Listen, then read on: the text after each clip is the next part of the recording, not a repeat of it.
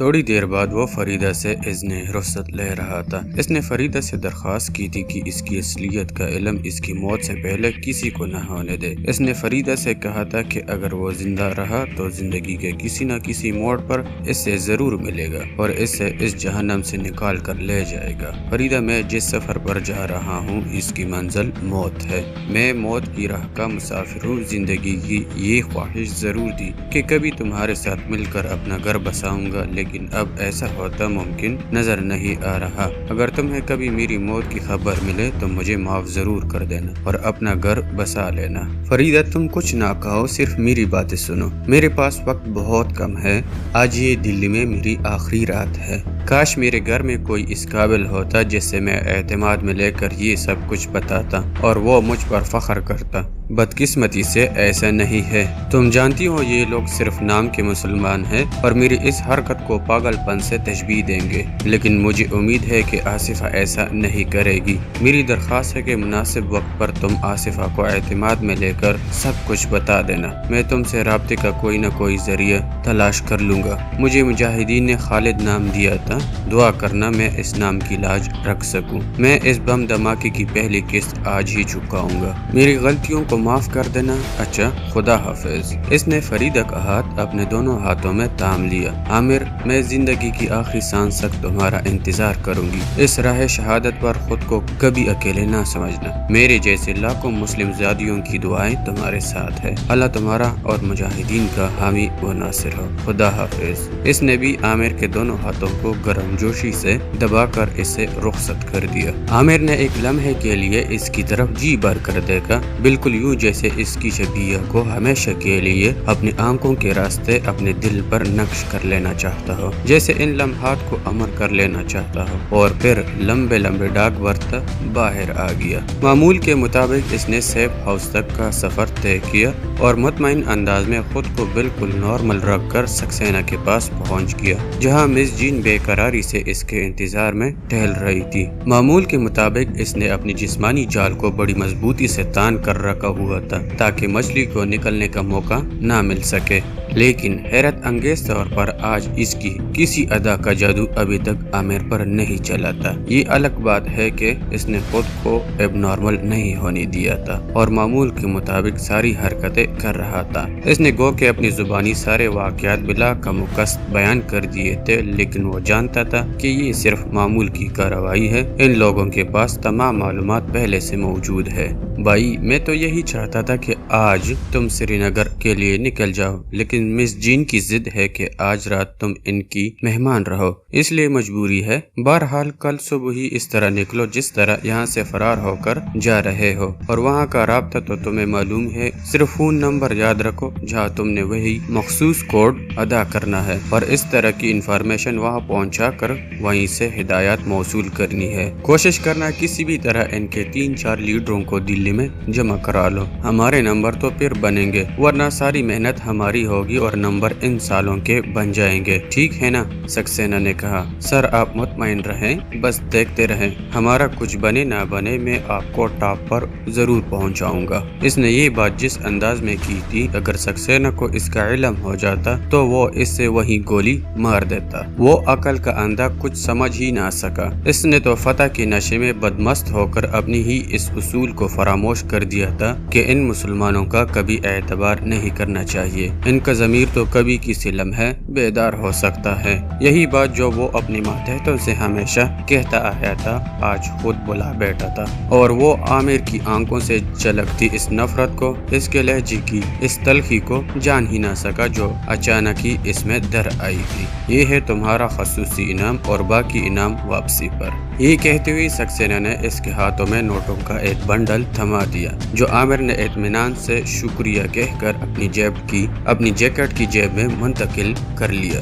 Good luck, اب واپسی پر ملاقات ہوگی۔ اس نے عامر سے گرم جوشی سے ہاتھ ملایا اور دوسرے کمرے میں چلا گیا۔ اس کے دوسرے کمرے میں جاتے ہی جین لپک کر اس تک پہنچی اور اس سے اپنے باہوں میں سمیٹ لیا۔ عامر نے خود پر انتہائی ضبط کرنے کے بعد اس کی اس حرکت کا مثبت جواب دیا تھا اور دل میں اللہ تعالیٰ سے فوراً ہی معافی بھی مانگ لی تھی۔ میڈم، گاڑی تیار ہے، ایک مستعد انسپکٹر نے اطلاع कर दी। ओके चलो। इसने आमिर का हाथ पकड़ लिया और दोनों इंस्पेक्टर की ताक़ुब में वापस आ गए। सेफ हाउस से वो एक कार में बाहर आए थे। कार इंस्पेक्टर ड्राइव कर रहा था। इनकी मंजिल ताजमहल थी, जहां आज हस्बे रिवायत इसने आमिर को खसूसी ट्रीट देनी थी। इंस्पेक्टर ने इन्हें होटल के मेन गेट पर ड्रॉप कर दिया। जिन इसके बाहों में बाहें डाले इस्तकबालिया काउंटर तक आई, जहां इनका कमरा पहले से बुक हो चुका था। इनका कोई सामान तो था नहीं। दोनों लिफ्ट के जरिए तीसरी मंजिल पर अपने पुरतकल्लफ लग्जरी कमरे में आ गए, जहां घुसते ही जीन ने बाथरूम का रुख किया। फिर मामूल के मुताबिक इसने आमिर को बेड पर गिरा लिया।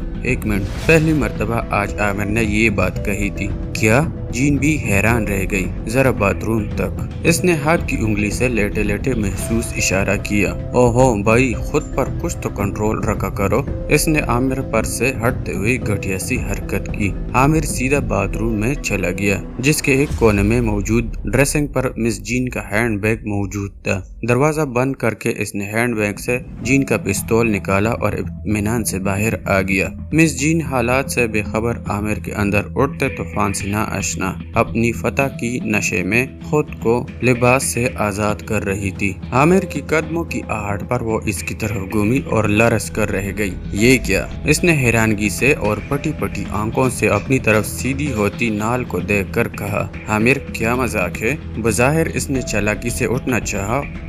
खबरदार, मामूली से हरकत भी न करना। मुझ पर पागलपन का दौरा पड़ चुका है। इस पागलपन में कुछ भी हो सकता है। मैं कुछ भी कर सकता हूँ। आमिर ने इसकी बेबसी से लुत्फ अंदोज होते हुए कहा। देखो आमिर, ये मोहब्बत का कौन सा अंदाज है? मुझे समझ नहीं आया। अच्छा, मैं तुम्हारे लिए विस्की मंगवाती हूँ। इसने खुद को संभाल कर फोन की तरफ हाथ बढ़ाना चाहा। Shut up! आमिर ने इसे इतने जोर से डांटा कि जीन का हाथ किसी मिकान की अमल के ताबे अपनी जगह पर वापस लौट आया। आमिर का ये सलूक इतना गैर मुतवक्को और अचानक था कि इसके हाथ पाँव फूल गए। तुम्हें क्या हो गया है आमिर? तुम खामोश रहो। अगर एक लफ्ज भी मुंह से निकाला तो। आमिर ने इसकी बात काटते हुए इसे फाड़ खाने वाले लहजे में कहा। मिस जीन तरबियत याफ्ता इंटेलिजेंस ऑफिसर थी। इसे हर लम्हे नागहानी आफात और अचानक पेश आ जाने वाले वाकयात का मुकाबला करने की खसूसी तरबियत दी गई थी। लेकिन आज इसे यूँ लग रहा था जैसे इसके हाथ पाँव शल हो गए हो। इसने ब्लैक कैट्स कमांडोज के साथ खसूसी तरबियत कोर्स किया था, लेकिन यहाँ तो इसके कदमों ने इसका बोझ ही उठाने से इनकार कर दिया था। मिस जीन, तुम्हारा खेल खत्म हो गया। अब मेरी बारी है। तुम लोगों ने मेरी मासूमियत और कमजोरियों का बड़ा घिनौना इस्तेमाल किया है। मेरे हाथों मेरे ही भाई बंदों के परखचे उड़ा दिए और अब इन्हें तबाह करवाने के लिए भी मेरा इस्तेमाल करने जा रहे हो। मालूम नहीं अब तक तुमने अपने गलीज और नापाक जिस्म से कितने नौजवानों को तबाही और बर्बादी के इस रास्ते पर गामजन किया है। मालूम नहीं तुम कितनी तबाही ला चुकी हो, लेकिन मैं तुम्हें बता देता हूँ कि मैं तुम्हारा आखिरी शिकार था। अब मैं तुम्हारी लाश का तोहफा तुम्हारे मालिकों के लिए छोड़कर जा रहा हूँ। अब मैं तुम लोगों को चुन चुन कर मारूंगा। एक एक खून की बूंद जो तुमने मेरे जरिए बहाई है, इनका बदला लूंगा। मुझे बर्बादी के इस रास्ते पर तुमने लगाया था। मैं तुम्हारा वो जिस्म ही नहीं रहने दूंगा जिसके जरिए तुम मेरे जैसे किसी और मासूम नौजवान की मासूमियत का खून कर सको। तुमने मुझे तो बहका दिया मिस जीन, लेकिन अब तुम भी नहीं बचोगी। ये कहकर वो आगे बढ़ा और पिस्तौल इसकी कनपट्टी से लगा दिया। मिस जीन को अपना सांस सीने में अटकता हुआ महसूस हो रहा था। इससे यूँ लगा जैसे दिल ने अचानक धड़कना बंद कर दिया हो। देखो आमिर, तुम मुझे भले मार डालो, लेकिन मेरी एक बात सुन लो। इसने आखिरी हथियार आजमाना चाहा कि किसी तरह आमिर को बातों में उलझाकर कुछ वक्त हासिल करे, इसकी जज्बाती कैफियत को बदलने की कोशिश करे, लेकिन आमिर ने इससे मोहलत देने के लिए तैयार नहीं था। इसने मिस जीन की खोपड़ी के साथ पिस्तौल की नाली चिपकाई और ट्रिगर दबा दिया। छोटे से विलायती पिस्तौल से हल्की सी आवाज निकली और गोली मिस जीन की जिनसियत से भरे दिमाग में उतर गई। इससे बमुश्किल 2-3 लम्हे की जिंदगी नसीब हुई थी। बगैर आवाज निकाले वो बिस्तर पर गिर पड़ी। खून फवारी की तरह इसके सर से बह रहा था। आमिर ने एक तरफ हटकर इसकी मौत का आखिरी मंजर देखा और मुतमईन होकर गुस्ल खाने की राह ली, जहां इसने अपने मुंह पर पानी के चींटे मारे। जिसके बाद मिस जीन के पर्स से इसका ID कार्ड निकाल कर इसके सीने पर रख दिया और अब वो बेड के सरहाने ड्रेसिंग टेबल पर रखे होटल के लेटर पैड पर लिखने लगा। ड्रेसिंग टेबल के दराज से इसने डू नॉट डिस्टर्ब का स्टिकर निकालकर दरवाजे के बाहर हैंडल में डाला। इसे अंदर से लॉक किया, जीन का पिस्तौल और कुछ गोलियां अपने कपड़ों में मुंतकिल किए। इसकी सारी करेंसी अपनी जेबों में डाली और बड़े इत्मीनान से होटल की लॉबी में आ गया, जहां से वो टहलता हुआ बाहर आ गया। थोड़ी देर बाद वो एक टैक्सी के जरिए दिल्ली के बाहर मुज़ाफ़ात की तरफ जा रहा था। यहाँ से इसने आगरा जाने के लिए एक कार हासिल की और आगरा पहुंचकर एक टेलीफोन बूथ का रुख किया। अपने पास मौजूद दिल्ली के 3 बड़े अखबारात के चीफ रिपोर्टर को इसने फोन पर इतला दी कि इनके लिए ताज होटल के कमरा नंबर 324 में एक शानदार खबर मौजूद है। बतौर एहतियात इसने 2 गैर मुल्की अखबारात के नुमाइंदों को भी मतला कर दिया। इसके साथ ही वो अगले स्टेशन के लिए रवाना हो गया। ताजमहल कोई मामूली होटल नहीं था जिसमें हर किसी को हर वक्त मुदाखलत का हक मिल सकता, लेकिन आज इस होटल की तारीख की सबसे बदतरीन रात थी, जब एक के बाद दिगरे 3-4 मुल्की और गैर मुल्की नुमाइंदे बमा अपना फोटोग्राफर्स के वहां पहुंच गए और सबका रुख कमरा नंबर 324 की तरफ था।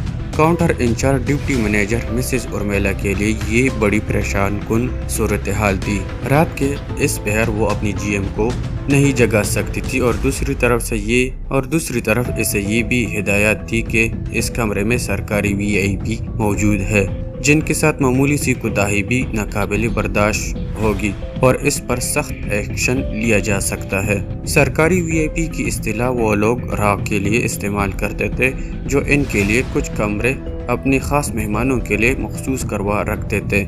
इसकी क्या मजाल थी जो कमरे का रुख भी करती, लेकिन दूसरी तरफ ये अखबारात वाले इसकी जान को आ गए थे।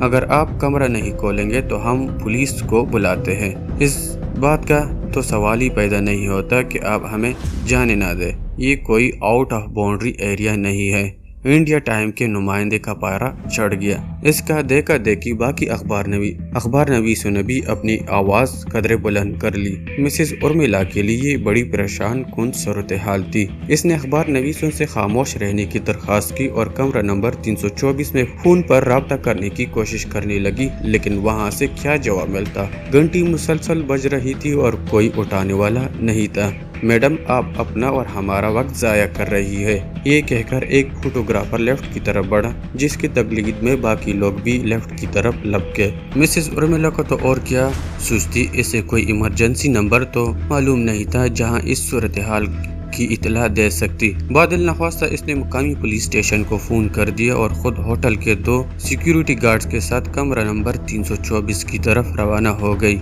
कमरे के बाहर अखबार नवीस जमा थे और दरवाजे के हैंडल से डू नॉट डिस्टर्ब साइन बंधा हुआ था। दरवाजा अंदर से लॉक है। इसके वहां पहुंचते ही एक अखबार नवीस ने इसे बता दिया। मिसेस उर्मिला ने सिक्योरिटी गार्ड को इशारा किया जिन्होंने मुतअद्दिद मरतबा दरवाजे पर दस्तक दी, लेकिन अंदर से कोई जवाब नहीं मिला। काउंटर से चाबी ले आओ। मिसेस उर्मिला ने सिक्योरिटी गार्ड को हुक्म दिया। वो भाग गया और चाबी ले आया। चाबी से दरवाजा मिसेस उर्मिला ने खुद खोला था। इसके साथ सिक्योरिटी गार्ड दरवाजे पर मौजूद थे, लेकिन इनके एक ना चली। जब एक के बाद दिगरे तमाम अखबार नवीस अंदर दाखिल हो गए। इनके सामने का मंजर बड़ा अंदुनाक था।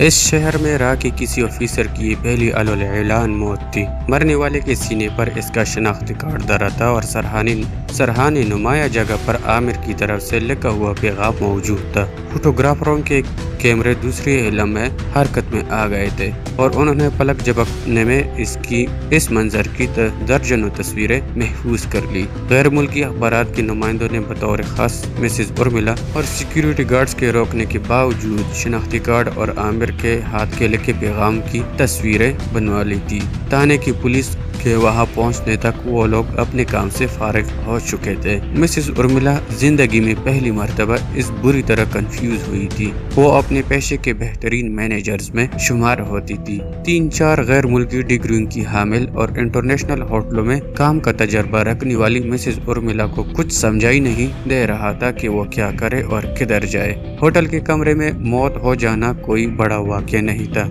ऐसा कभी कभी हो जाता है कि लोग खुदकुशी कर लिया करते تھے، لیکن اس طرح کی موت نے تو اس کے اوسان خطا کر دیے تھے۔ مرنے والی عورت کوئی معمولی عورت نہیں تھی، راکی انسپیکٹر تھی۔ اس سے خصوصی مراعات حاصل تھے۔ عام حالات میں تو کسی بیرے کو بھی اس کمرے کے نزدیک پٹکنے کی اجازت نہیں تھی، جبکہ یہاں اخبار نویسوں کی ایک فوج موجود تھی۔ وہ چاہتی بھی تو ان لوگوں کو روک نہیں سکتی تھی۔ خدا جانے انہیں کس نے یہاں بھیج دیا تھا۔ اگر پولیس ہی بر وقت پہنچ جاتی تو عین ممکن تھا کہ وہ معاملات کو قابو میں کر لیتے، لیکن وہ کمبخت بھی دیر سے آئے تھے۔ ہٹ جاؤ، پرے ہٹو، کوئی کسی چیز کو ہاتھ نہ لگائے گا۔ ایک موٹے پیٹ والے انسپیکٹر نے کمرے میں گھستے ہی چلانا شروع کر دیا۔ مسز ارمیلا کا جی چاہا کہ اس کا چہرہ نوچ لے۔ کمبخت ایک تو اتنی دیر سے آیا تھا اور اب آتے ہی بکواس کرنے لگا تھا۔ شٹ اپ، اس نے تانے دار کو بری طرح سے ڈانٹ دیا۔ دیکھیے میڈم، تانے دار کو بھی شاید غصہ آ گیا تھا۔ میڈم کے بچے اب کیا جک مارنے آئے ہیں؟ تمہیں آدھا گھنٹہ پہلے فون کیا تھا۔ یہ تمہاری کارکردگی ہے، میں تمہاری پیٹی اتروا دوں گی۔ الو کا پٹا، گدھا۔ وہ غصے سے بقابو جو منہ میں آئے بھگتی چلی جا رہی تھی۔ تانے دار بھی خاصا بد دماغ لگتا تھا، اس کے لیے شاید ایسی عورت سے واسطہ پہلا تجربہ تھا۔ اس کا پارا آسمان کو چھونے لگا اور جواب میں اس نے پولیس والی زبان استعمال کرنی شروع کر دی۔ مسز ارمیلا نے ہوٹل کے تمام سیکیورٹی گارڈز وہاں بلا لیے تھے اور اب پولیس اور سیکیورٹی گارڈ والوں کے درمیان باقاعدہ ٹھن گئی تھی۔ تانے دار بے قابو ہو کر جب مسز ارمیلا کو مارنے کی نیت سے آگے بڑھا تو ایک سیکیورٹی گارڈ نے اس کا ہاتھ پکڑ کر جھٹکا دیا اور تانے دار سامنے کے دیوار سے جا ٹکرائے۔ اس کے ساتھ ہی پولیس والوں اور سیکیورٹی گارڈز کے درمیان باقاعدہ ہاتھا پائی شروع ہو گئی۔ اخبار نویسوں نے اس مرحلے پر بھی اپنا پیشہ ورانہ فرائض سے بالکل غفلت نہیں کی تھی۔ انہوں نے ایک ایک منظر اپنے کیمروں کی فلموں پر اتار لیا تھا، اور اس سے پہلے کہ یہاں ایسے ذمہ دار پہنچے جو ان کے کیمروں سے فلمیں نکال لے، انہوں نے اپنے فوٹوگرافرز کو اپنے دفاتر کی طرف بھگا دیا اور خود اگلے کسی واقعے کی رپورٹ کے لیے مستعد ہو کر بیٹھے رہے۔ مسز ارمیلا کے لیے اب سوائے اپنی جی ایم کو مطلع کرنے کے اور کوئی راستہ باقی نہیں بچا تھا۔ اس نے یہی کیا۔ جی ایم سے ہنگامی فون نمبر پر اس نے رابطہ قائم ہونے پر پہلے 2-3-4 مرتبہ اس کو ڈسٹرب کرنے پر معذرت کی، جس کے بعد بلا کموکس سارے واقعات بیان کر دیے اور بتایا کہ وہ پولیس اور سیکیورٹی گارڈز کو گتم گتا چھوڑ کر اپنی جان بچا کر اس سے فون کرنے آئی ہے۔ Dam it! جی ایم غصے سے فون پر پٹکارا تو مسز ارمیلا سہم کر رہ گئی۔ میں مجبور ہوں سر، پلیز آپ اندازہ نہیں کر سکتے یہاں کیا صورتحال چل رہی ہے۔ اس نے پھر معذرت کی۔ ٹھیک ہے، میں دیکھتا ہوں۔ جی ایم نے جس کے لیے غصے پر قابو پانا ناممکن ہو رہا تھا، فون کریڈل پر پٹک دیا۔ دوسرے ہی لمحے وہ سکسینہ سے فون پر مخاطب تھا۔ سکسینہ اسلام میں شراب کے نشے میں دھت رہی کے ایک اور فحاشہ کے ساتھ اپنی فتح کا جشن منا رہا تھا جب جی ایم نے اس کے رنگ میں بنگ ڈال دیا۔ کیا بکواس کر رہے ہو مسٹر ماتور؟ تمہارا دماغ تو صحیح ہے، کہیں زیادہ تو نہیں چڑھا لی ہے؟ سکسینہ نے، جس کا نشہ قریباً حیران ہو گیا تھا، جی ایم کی بات مکمل ہوتے ہی کہا، Mr Saxena, language please. G M کو اس کا انداز تخاطب بہت برا لگا تھا۔ سکسینہ عام آدمی کی طرف سے ایسی بات کا جواب کسی اور طرح دیتا، لیکن اسے بھی احساس تھا کہ کس سے مخاطب ہے۔ اس نے کافی ضبط کا مظاہرہ کیا۔ او مسٹر ماتور، برا مت مانیے، دراصل آپ ایسی بات کہہ رہے ہو جس پر یقین کرنے کو جی نہیں چاہتا۔ سکسینہ نے صورتحال سنبھالنے کی کوشش کی، لیکن ماتور شاید آؤٹ آف کنٹرول ہو رہا تھا۔ خود آ کر دیکھ لو، شاید تمہیں یقین آ جائے۔ یہ کہہ کر اس نے فون رکھ دیا۔ ہماری اس کاوش کو پسند کرنے کے لیے لائک کا بٹن دبا دیجئے اور اپنا فیڈ بیک کامنٹ میں لکھ دیجئے۔ اللہ حافظ۔ Hold me till my heart breaks. Tell me what you want to say.